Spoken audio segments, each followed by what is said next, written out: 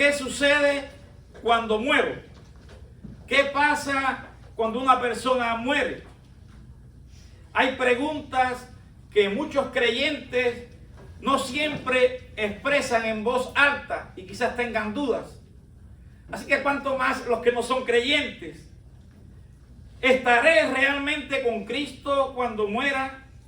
¿O estaré en un estado de inconsciencia, un estado intermedio? ¿Necesitaré una misa para que me saquen de ese lugar después que muera? ¿Es el cielo solo para unos pocos? Estas no son preguntas teóricas, son preguntas que muchos se han hecho y puede que se estén haciendo también en esta mañana. Y esto se vuelve aún más real cuando quizás usted ha estado bajo el asedio, bajo la enseñanza que limitan la esperanza cristiana o que le genera a usted incertidumbre.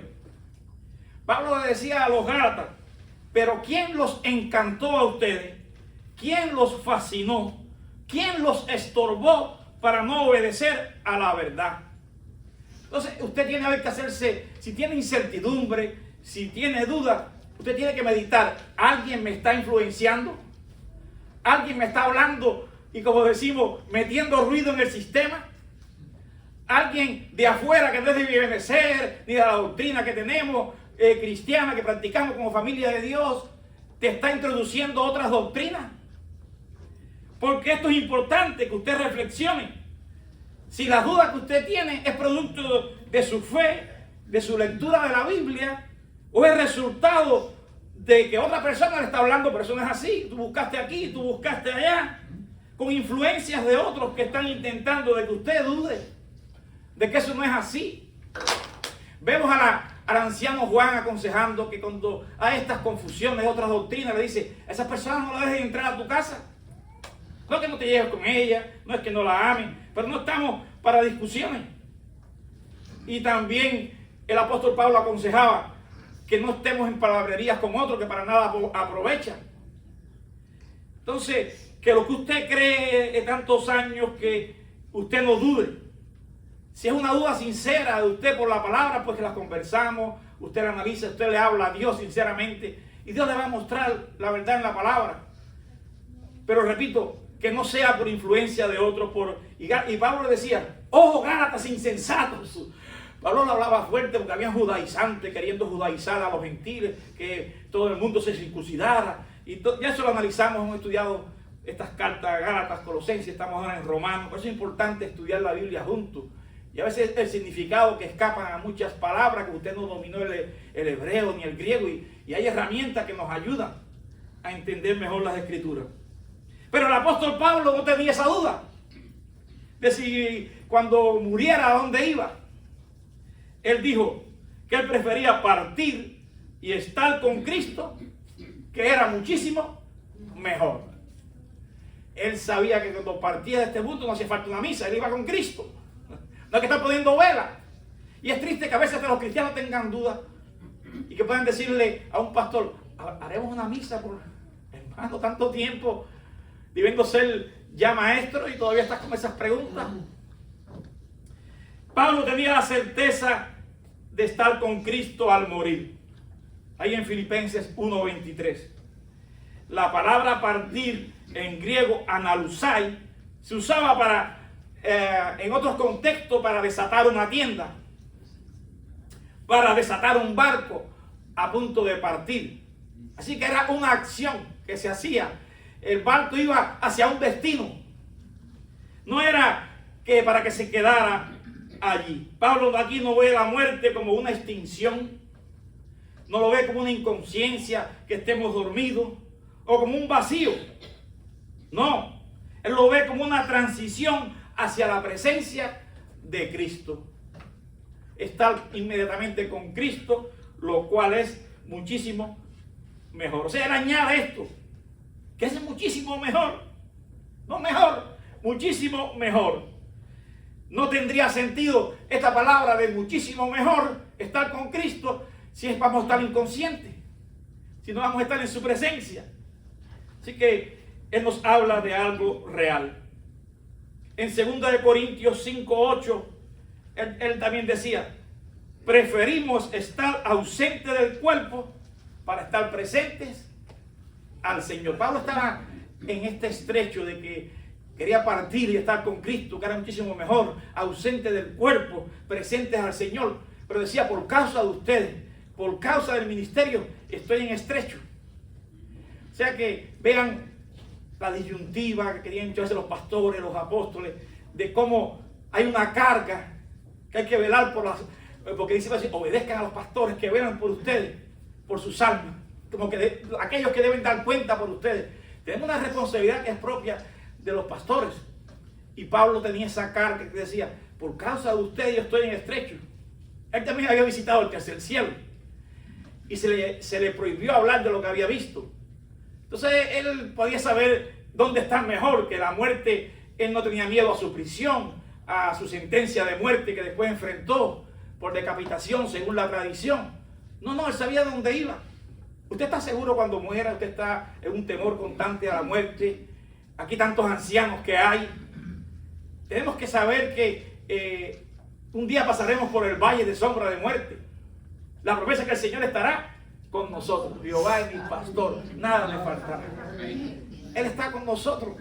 Y que es el camino de estar en la presencia de Dios. Es para estar con Él, no es para estar durmiendo en un estado de inconsciencia o de extinción.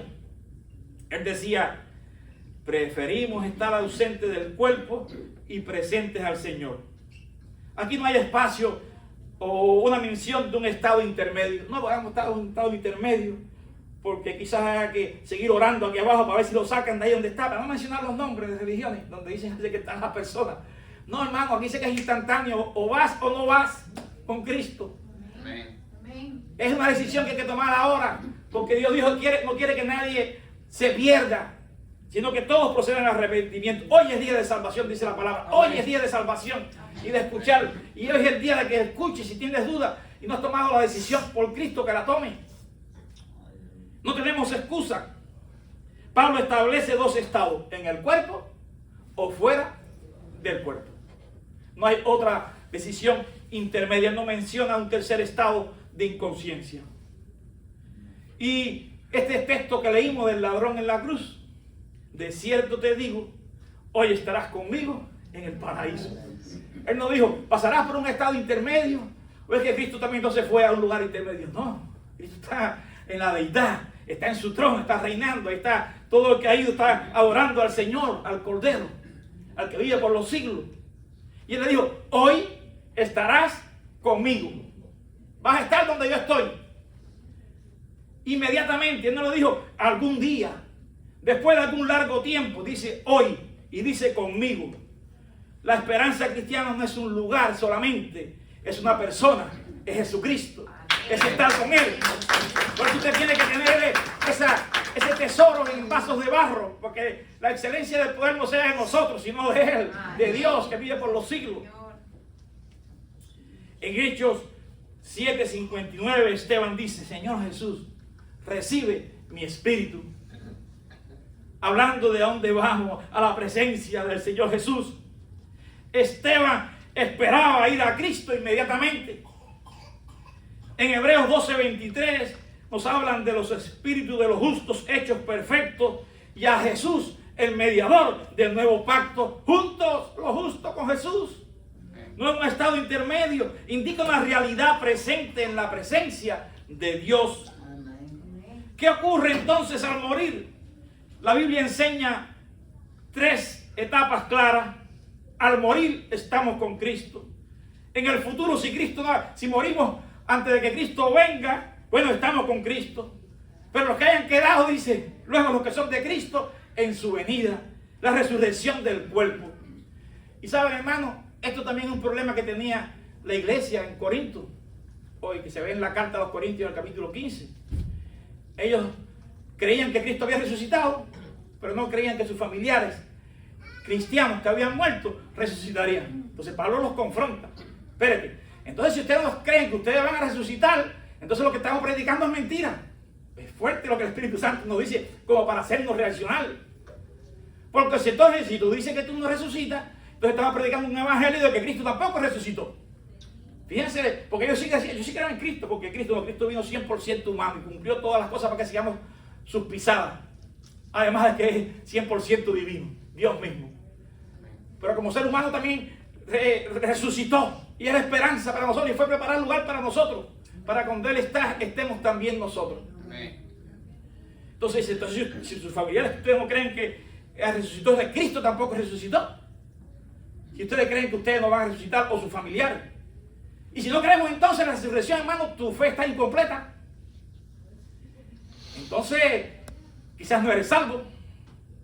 Porque uno de la predicación del Evangelio constante que estamos estudiando en Romanos, que vemos a través de la Biblia, es que tenemos que confesar que Cristo murió por nuestros pecados, que Cristo fue sepultado y que Cristo resucitó. Amén. Hay que creer en la resurrección y debe confesarlo con tu boca, que Jesucristo es el Señor y que Dios le levantó de los muertos. Entonces dice en Corintios, entonces ustedes todavía están en vuestros delitos y pecados, no han sido salvos. Si no crees, es que es una señal de que no eres salvo, todavía estás en tus delitos y pecados.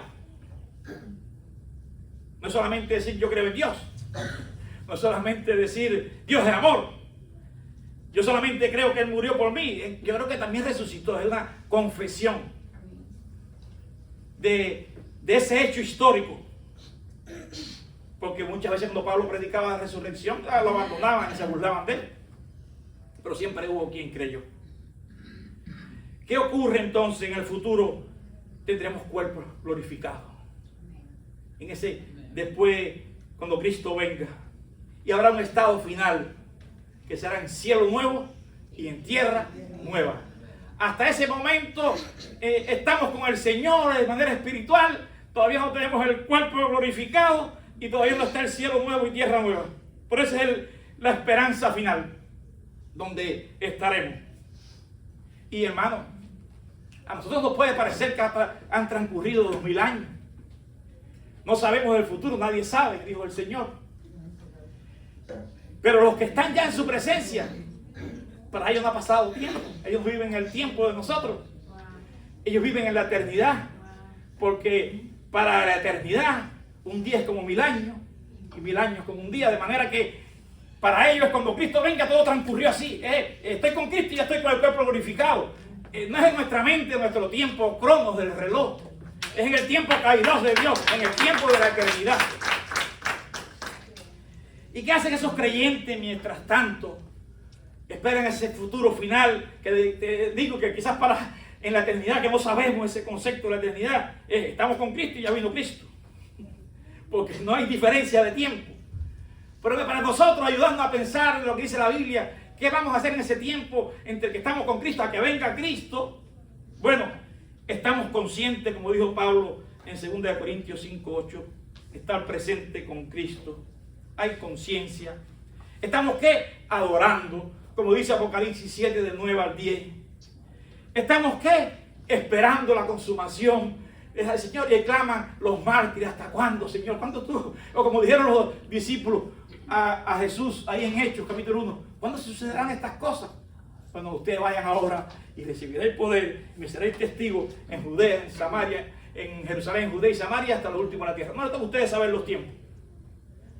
Pero ahí también se está esperando por la consumación final, por los cuerpos glorificados. No estamos durmiendo. ¿Cómo se experimenta ese tiempo? La Biblia no describe completamente esa experiencia, pero están en la presencia de Dios, están libres de sufrimiento, de llanto, de dolor, están en comunión con Cristo, están esperando la resurrección y los cuerpos glorificados. Lo que para nosotros parece largo, para ellos es inmediato. Aleluya, gloria a Dios.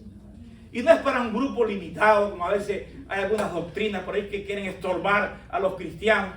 No, esto es para un grupo seleccionado, para un número tal.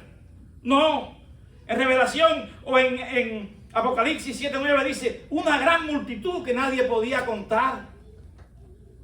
Es una multitud innumerable de todas las naciones.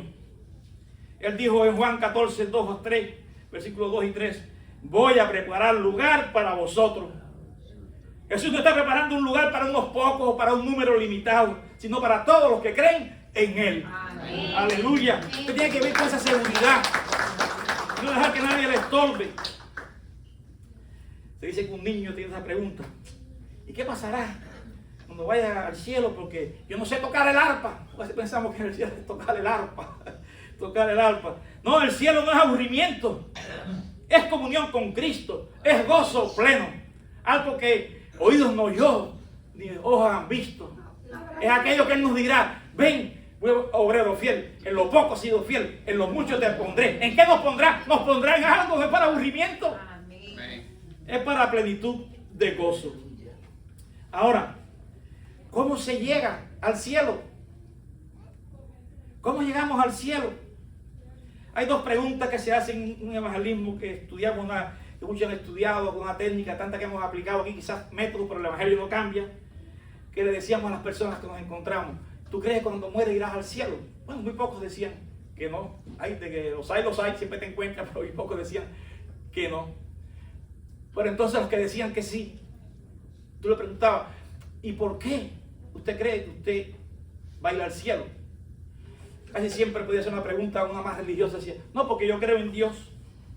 O porque yo a todo el que puedo le he hecho el bien, yo he hecho más en esta vida más bien que mal. Bueno, creer en Dios, ese Dios tan general, hay muchas religiones. Y no todo, dice el Señor, no todo el que diga yo creo en Dios, no todo el que me diga Señor, Señor, entrará al reino de los cielos. Aún los demonios creen que Dios existe y están condenados. Entonces ese Dios indefinido de que sí, yo creo en Dios y yo creo a mi manera, eso no nos da un pasaje al cielo, esa creencia. Eso no es lo que dice la Biblia. Hay que ver en quién creímos para ir al cielo. En qué Dios, qué Biblia, qué teología estás tú creyendo entre tantas religiones. Porque hay un país que tiene millones de dioses. ¿En qué Dios estás creyendo cuando tú dices que tú crees en Dios? No todo el que diga Señor, Señor, no todo el que diga Dios mío, Dios mío, si es solamente así por decirle un Dios general, no. Es en Cristo Jesús. Ahí cuando veíamos en eso, cuando Pablo le hablaba a los corintios acerca de la esperanza de la resurrección, les decía: Cristo las primicias. Mira Corintios 15, 23. Luego los que son de Cristo en su venida tendrán el cuerpo glorificado. Los que son de Cristo, los que han sido comprados por el precio de su sangre, los que lo han recibido por la fe.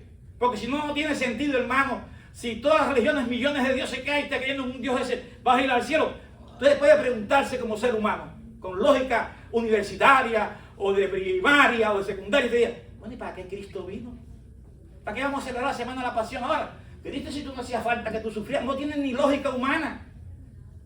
Que un Dios, hablando de la manera del incrédulo, envía a su Hijo cuando no hacía falta, si todos los caminos conducen al cielo, de cualquier religión.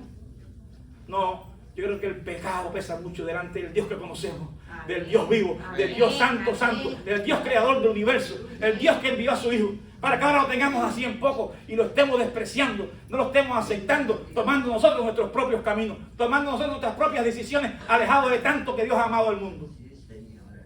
No, a los que son de Él, a los que le recibieron, le dio potestad de ser llamados hijos de Dios, ahí en Juan 1:12.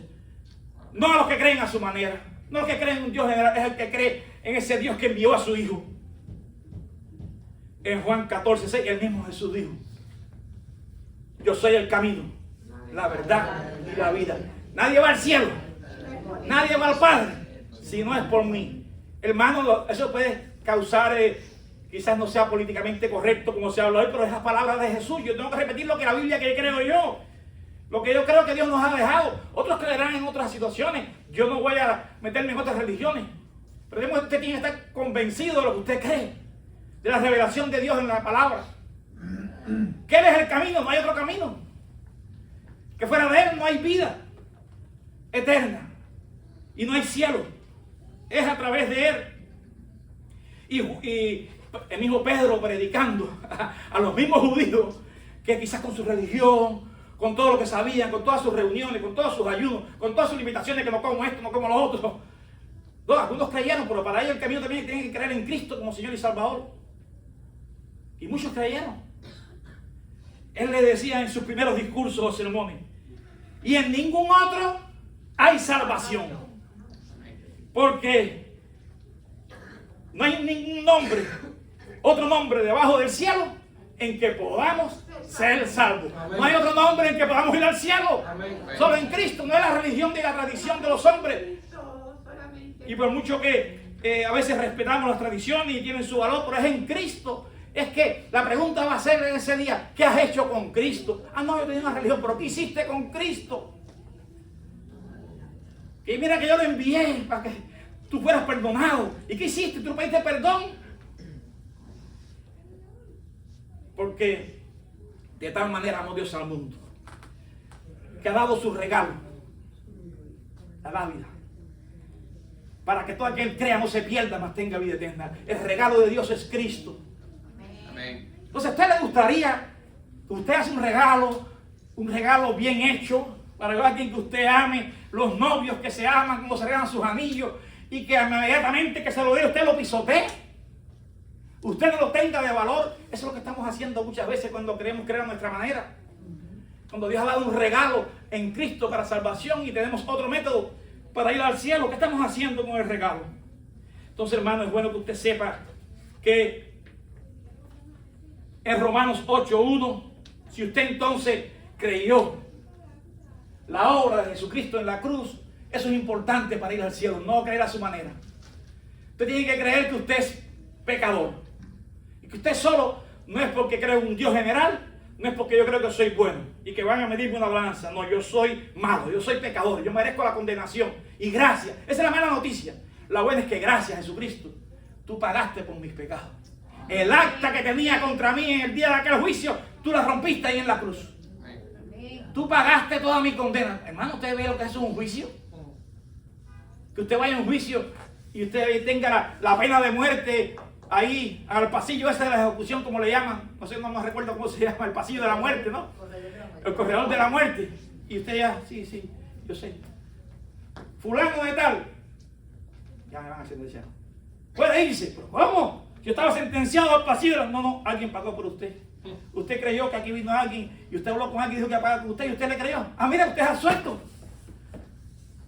Somos todos, la paga del pecado es muerte, es condenación. Estamos destituidos de la gloria de Dios. Pero el regalo de Dios es vida eterna en Cristo Jesús. Entonces tenemos un abogado que nos representa en ese día. Usted tiene que decir, te necesito. Yo debía estar allá sufriendo, pero tú sufriste por mí. Tú derramaste tu sangre para darme perdón, lo creo. Yo creo que entonces tú moriste, fuiste sepultado y resucitaste. Aleluya. Yo que creo, te confieso entonces ahora como mi Señor y Salvador. Te recibo como mi Señor y Salvador. Y a los que recibieron, le dio potestad de ser ahora llamados hijos de Dios. No todos somos hijos de Dios. Somos creación de Dios. También usted escucha, no, yo creo que voy al cielo porque yo soy hijo de Dios. No, antes éramos solamente creación de Dios. Sí, hijo, cuando tú recibes esa obra, sí, cuando tú recibes la obra del Hijo en tu vida, tú pasas a formar parte de la familia de Dios. Entonces serán de esos que resucitarán aquel día, de esos que parten para estar en su presencia cuando mueren. Entonces hay esperanza, hay seguridad, porque dice, ninguna condenación hay para los que están en Cristo Jesús. Se rompió el acta, ahí como en el juicio. No hay condenación. Tú confiaste en aquel que murió por ti. No, yo vengo aquí porque yo soy bueno, porque yo tenía esta religión. Yo asistía siempre a todos los cultos y los fariseos, y yo ayunaba, y yo ofrendaba, y yo oraba, y asistía a la sinagoga, y me sabía todo eso de memoria, y lo leía directo en el hebreo. Nunca os conocí, apartado de mí, obradores de maldad. ¿Qué hiciste con mi hijo? ¿Lo recibiste? Son los que están en Cristo, los que no tienen ninguna condenación. Y dice 1 Juan 5:13, que todas estas cosas se escribieron, hermanos, que la lean. No tomen versículos fuera de contexto. No dejen que venga nadie de afuera a encantarlo con otras teorías que después se siente confundido. Ay, estoy muy confundido. Es que estás escuchando a teorías de serpientes que te están encantando. Ven a la Biblia, porque dice 1 Juan 5:13, que todas estas cosas se han escrito para que sepáis, para que tengáis seguridad que vas al cielo, que tienes vida eterna. ¿Para qué están dando el trabajo? Ellos escribirlo inspirado en el Espíritu Santo para que tengas una seguridad, para que vivas con seguridad, con paz, que no hay condenación, que vas a estar en la presencia de Cristo, de que tengas esperanza, que la muerte no es el final, que es el comienzo de estar con Cristo, lo cual es muchísimo mejor. Y eso también nos lleva entonces como iglesia, hermano, que tenemos que estar en misión, a cumplir con la misión que se nos ha dado, ir a ser discípulos, bautizando, hablándoles a otros de esta esperanza que hay en Cristo. La iglesia debe participar en la misión que ha sido encomendada, lo que a veces llamamos la gran comisión, hasta lo último de la tierra. Dios continúa salvando multitudes de todas las naciones. Somos nosotros los que todavía no estamos yendo a todas las etnias. Tenemos que cumplir la gran comisión en toda la extensión del mandamiento. 3 preguntas. Si murieras hoy, ¿ya tienes la seguridad de que estarías con Cristo, con todo lo que yo he explicado? Con todo lo que es el Evangelio, con todo cómo tú debes recibir a Cristo y arrepentirte de tus pecados. ¿En qué estás confiando para tu salvación? ¿En tus obras? ¿En religiones? Si Cristo viniera hoy, ¿estás listo para encontrarte con Él? ¿Serías los que serán arrebatados en el aire? Reflexiona, vuelve a escuchar el mensaje, escucha el Evangelio que tanto predicamos. La pregunta no es, ¿estoy en el grupo especial de los limitados? ¿De ese número limitado? La pregunta no es, ¿he hecho lo suficiente bueno para estar en el cielo? No, la pregunta es, ¿has confiado en Cristo como tu Señor y Salvador? ¿Has creído lo que Él hizo por ti? ¿Cómo te da perdón por medio de su sangre? ¿Cómo sufrió por ti y por mí? ¿Cómo fue sepultado por ti y por mí? Pero ¿cómo resucitó que la muerte no pudo retenerlo? ¡Aleluya! Eso es lo que necesitas preguntarte, porque la promesa es clara. El que cree en mí, vivirá. Amén. Para el creyente, morir no es desaparecer, ni dormir sin conciencia, es partir y estar con Cristo, lo cual es muchísimo mejor. Que el Señor te bendiga. Amén.